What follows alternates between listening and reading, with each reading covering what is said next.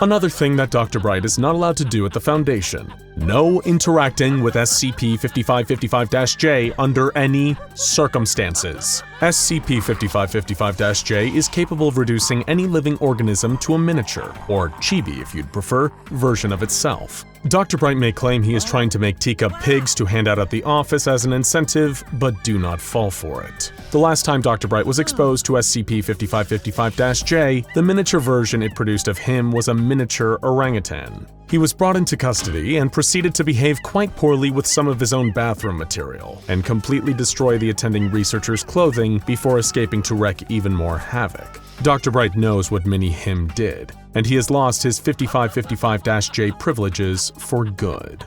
Another thing that DrBright is not allowed to do at the Foundation: DrBright is not permitted to try and solve every single problem with chainsaws. Chainsaws can be quite helpful when it comes to certain specific tasks. They're great at, for instance, speedily chopping up lumber or menacing a group of unsuspecting teenagers on a road trip. However, DrBright would like you to believe that the application of chainsaws goes far beyond the realm of reason or safety. Chainsaws should not be used to trim your hair, to contain SCP-682, to cut a sandwich, or as the ammunition in a specialized cannon. It was fine the one time at the company Christmas party, we all had a good laugh, but Dr. James will never get his big toe back. No more chainsaws! Another series of things DrBright is not allowed to do at the SCP Foundation: claim he is from an alternate timeline, issue orders to, quote, preserve the timeline, unquote, or to, quote, corrupt the timeline, unquote, or to, quote, screw those history nerds, unquote. DrBright may be cursed to live for a very long time, but he is still, sadly, fundamentally attached to our timeline. He may have watched Loki recently, but that doesn't mean he's a multiverse gallivanting trickster god. He only wishes he was. Another thing that DrBright is not allowed to do at the SCP Foundation: DrBright is not allowed to apply SCP-963 to any major political figures. Again. So we've got some background here. Anyone who has seen our video on SCP-4444 will know that a species of aliens almost destroyed our planet in the year 2000 after they possessed presidential candidate Al Gore. In order to stop them, DrBright needed to take over the body of George W. Bush to run against him. While this was an emergency where certain risks needed to be taken, our current geopolitical landscape is already too wild and too fractious to risk DrBright ever rising to any kind of political power. Though, if he did, he'd probably run on the major campaign slogan, "Ah, come on guys, you've had worse." Another thing that DrBright is not allowed to do: DrBright cannot give SCP-082 song requests. SCP-082 loves to sing. If there's anything he loves more than lying and feasting on human flesh, it's busting out a cheerful little tune from time to time. However, as DrBright has shown that he cannot be respectful of SCP-082's tastes or the comfort of those working around him, he is not permitted to request any songs from SCP-082. Ferdinand was recently reduced to tears when his rendition of a classic Italian aria was interrupted by DrBright's repeated cries of "Do Freebird," and he also expressed discomfort when DrBright told him to perform "Like a Virgin." He should know by now that Ferdinand only likes to sing one Madonna song, and it's Vogue. Another thing DrBright is not allowed to do: DrBright is not allowed to accidentally spill green gelatin on a dead body. It is well known by SCP staff, particularly those in the O5 Council, that allowing SCP-447's green slime to come into contact with a dead body will result in disaster on a catastrophic scale. Of course, DrBright decided that it would be hilarious to procure some lime jello from the canteen, pretend to trip and fall, and spill the gelatin all over a body being observed by the O5. Admittedly, the first time it was a bit funny, but it was also extremely stressful, multiple staff fainted, and O5-2 made it a point to tell DrBright that he owed him a new pair of khakis after the sudden terror had made him, well, ruin his. Another thing that DrBright is not allowed to do at the Foundation: DrBright is not allowed to speed date. If you remember an event called SCP Speed Dating, please report to Site Command immediately for your mandatory dose of Class A amnestic. This event never officially took place, and there is no public record of it. DrBright certainly did not pack the canteen with safe-class humanoid SCPs and employees of the Foundation and ding a bell every 5 minutes so that eligible singles could switch tables and meet someone new. There were no public displays of affection on Foundation grounds, and certainly no ensuing disastrous dates at any local Italian restaurants. DrBright is not allowed to organize a speed dating event ever again. I mean for the first time, because there has never been one. Not here. No sir. Another thing DrBright is not allowed to do at the Foundation. He is not allowed to use SCP-705 for personal gain. The Play-Doh toy soldiers are highly entertaining to watch, and it's understandable to be curious about their potential applications. But DrBright has taken it too far. He used the tiny soldiers to plant hidden cameras and microphones in his colleagues' offices. Not only is this a violation of their privacy, but it's also just plain creepy. And it's unfair to make SCP-705 instances accomplices to your bad behavior. And if they'd known the hidden surveillance equipment was intended for blackmail or for stealing a secret lasagna recipe that's been in Dr. Gyada's family for generations, they never would have agreed. Another thing DrBright is not allowed to do at the Foundation. DrBright is not permitted to assign the designation over 9,000 to any anomalies. DrBright is to be reminded that, first of all, the SCP Foundation does not track the power levels of any of its anomalies, as that is a completely subjective notion. Adding, "It's over 9,000!" to official Foundation documents is distracting and confusing, particularly when applied to entities like SCP-999, who have no interest in combat. Second of all, he should know that joke hasn't been relevant in over a decade, he's embarrassing himself, and none of the new research assistants even know what he's referencing. Finally, he's not as good as doing the Vegeta voice as he thinks he is. Update your references, DrBright. You're better than that. Maybe. Another thing DrBright is not allowed to do at the Foundation. When writing a report, more detail is expected than Object Class Keter, Special Containment Procedures, Data Expunged, Description, Data Expunged, and inventing new security clearances just so nobody can see what you've written is also considered poor form. We know sometimes race can get a little redaction happy. We understand the frustration, but that's frankly no excuse to fill your documents with nonsense and then hide them from us. If you keep doing this, we'll send technical researcher Rosen after you, and we both know that guy's a huge jerk. Mark our words, DrBright, we are not bluffing, even if you do claim to have security clearance level 420. Nice. Another thing DrBright is not allowed to do at the Foundation. Showing Monty Python episodes to SCP-239 was not a wise decision. Please never try this with any other reality warping SCP. Seriously, DrBright, the witch child is a reality warper so powerful, we need to keep her in a comatose state to stop her from permanently reformatting our universe. Do you really think it's a good idea to show her flying circus or the Holy Grail? If we find that by sheer coincidence we later need to contain an anomaly that shares a remarkable resemblance to the Black Beast of we know exactly who is responsible, and we will not take this indiscretion lightly. We might even make you sit on the comfy chair. Another thing DrBright is not allowed to do at the Foundation. DrBright is not allowed to kick SCP-2558-J. SCP-2558-J refers to a group of seemingly ordinary kittens who display friendly and affectionate behavior towards humans and each other. When startled or made to feel afraid, the kittens inflate into a fluffy spherical shape about the size of a soccer ball, able to move around by rolling. DrBright is not permitted to kick any of the kittens, whether they are in ball form or not. He is also strictly prohibited from playing dodgeball, volleyball, or any ball-based game with SCP-2558-J. The only way anyone is permitted to play with the kittens is using the Foundation's sanctioned cat toys provided upon request. For crying out loud, man, they're kittens! Another thing DrBright is not allowed to do at the Foundation. DrBright is not allowed to play Hippocratic Oath Chicken with the medical staff. The Hippocratic Oath is deeply important to all medical professionals, including those on staff at the SCP Foundation. DrBright is not permitted to try and convince the medical staff to break the Hippocratic Oath in any way. He is especially not allowed to expose them to potentially dangerous anomalies while taunting, "Still want to do no harm? You sure?" It's a waste of time, resources, and it's just plain rude. One of these days they're going to snap and slap him across the face, and not one of us will stop them. Another thing DrBright is not allowed to do at the Foundation. DrBright, the Foundation motto is not, "Let's use it on 682. DrBright is to be reminded that the Foundation's only official motto is Secure, Contain, Protect. It is not, in fact, any of the alternatives he has suggested. This includes, but is not limited to, can we put it in 914? Blood makes the grass grow, kill, kill, kill. Throw T-Class at it until it stops. When in doubt, feed it to 682. Slapstick, clowns, and puns, or snap, crackle, and pop. The last one got us served a cease and desist from Kellogg's, and we cannot afford another lawsuit right now. Cut it out.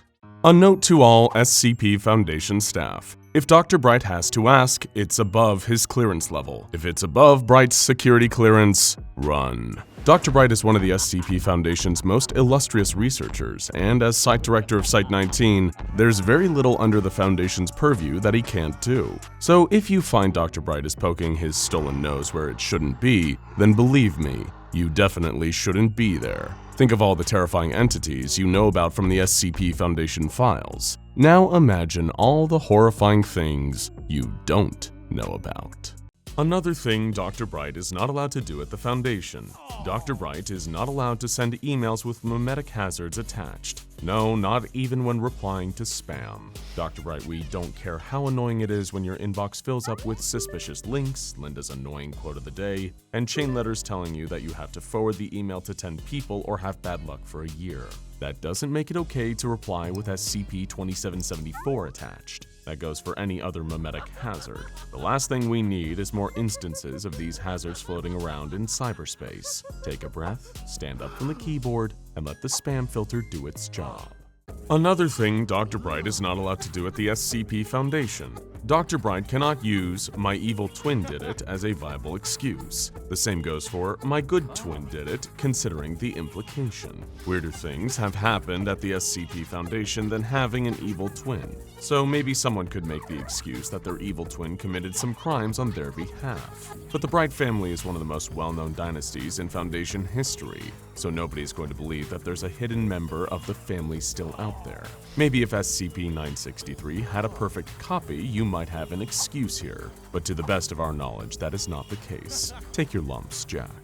Another thing Dr. Bright is not allowed to do at the SCP Foundation. Dr. Bright is not allowed to use "for the Emperor" as justification for any decision. For starters, the SCP Foundation is independent from the commands of any single nation. It is an autonomous non-profit organization, and you know that. Secondly, the only country in the world that still has an active emperor is Japan, and his role is purely ceremonial because Japan is a constitutional monarchy. And just for the record, for the O5 Council and for the Administrator are also unacceptable unless the order you're acting on actually comes from them. Another thing Dr. Bright is not allowed to do at the Foundation. Dr. Bright is no longer allowed to offer the solution of "use more guns" to any problem. Dr. Bright, look at me. We went over this before with the chainsaws, do you remember? Do we really need to do this again? I guess so. We face a wide variety of problems here at the Foundation, of varying degrees of severity. There's no one-size-fits-all solution for these problems, and even if there was, it would not be "use more guns" or "get bigger guns." This includes, but is not limited to, old-fashioned dueling pistols, machine guns, or something called the octogun, which my notes say were just 8 guns taped together. How does that even work? Never mind, don't answer that. The point is, it's not helpful. And Dr. Bright is not allowed in the armory, not even on his birthday. Another thing Dr. Bright is not allowed to do at the Foundation. The ultimate showdown of Ultimate Destiny is not grounds to pit more than 15 combinative SCPs against each other. Okay, who let Dr. Bright onto YouTube unsupervised? Whoever it is, you're in big trouble, because Dr. Bright watched the ultimate showdown of Ultimate Destiny, and it gave him some pretty destructive ideas. Watching Batman fight Godzilla made him think about throwing another giant lizard into combat, and he attempted to organize, in his words, a grand tournament, where 15 of the most powerful and violent SCPs would battle each other in a makeshift coliseum. This is not permitted under any circumstances. Yes, even if you film it and post it on YouTube.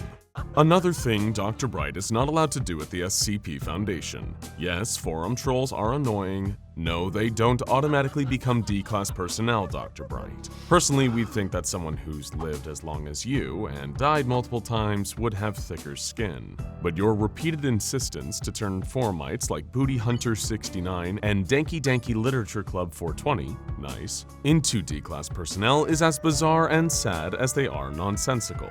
People need to be truly despicable to warrant having a place among the ranks of D-class personnel. They need to be truly monstrous, evil, underhanded, unethical, bottom-of-the-barrel individuals, and frankly, forum trolls do not fit the bill.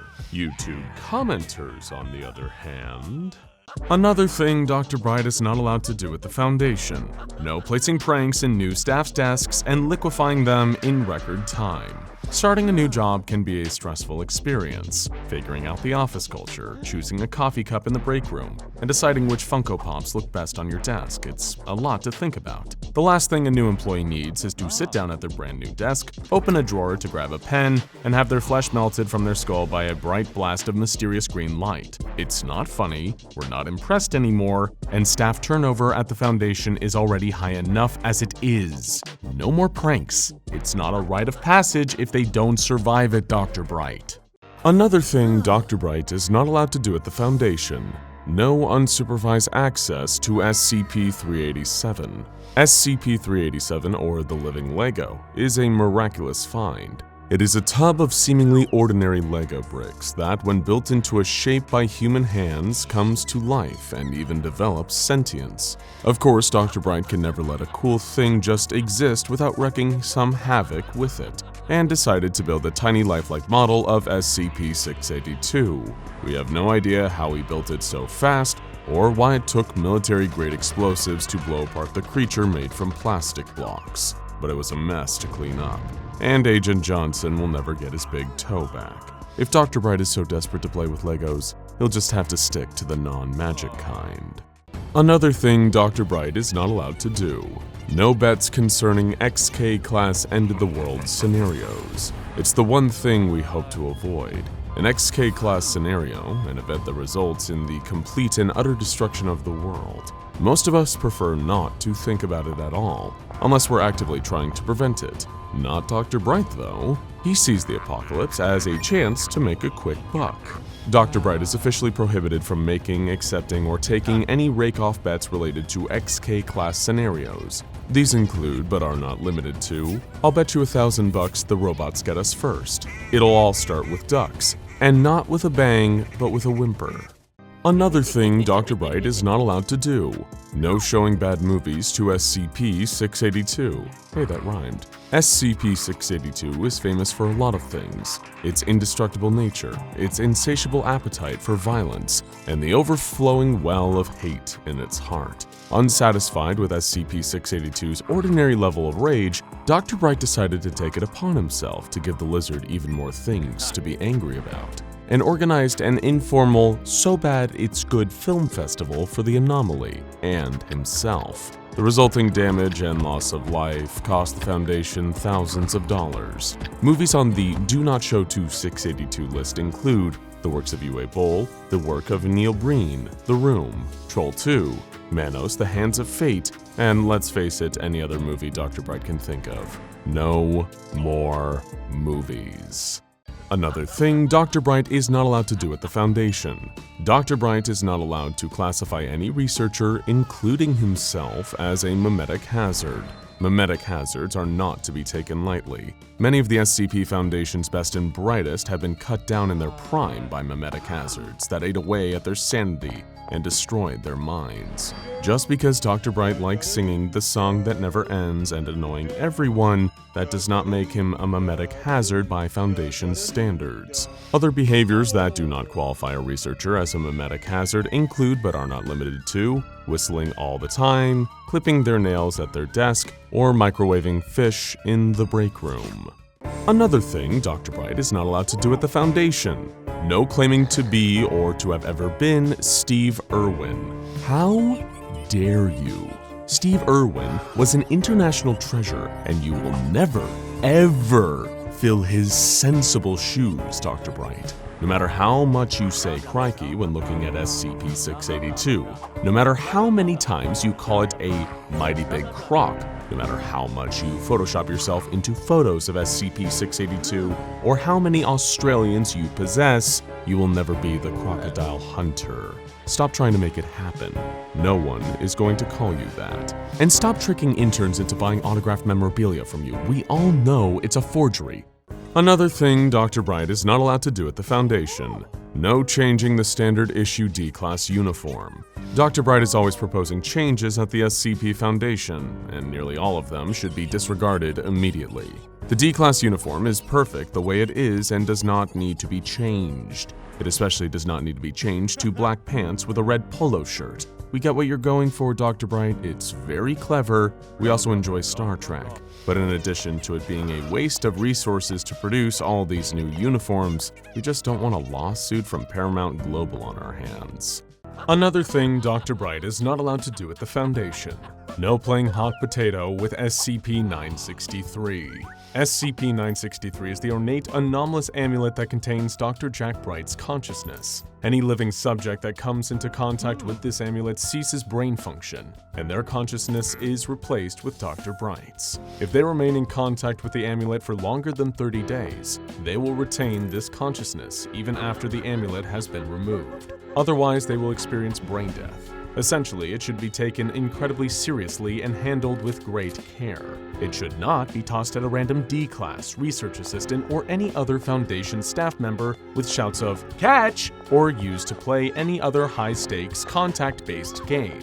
It is not, in fact, a fun team-building exercise that should be played on company retreats.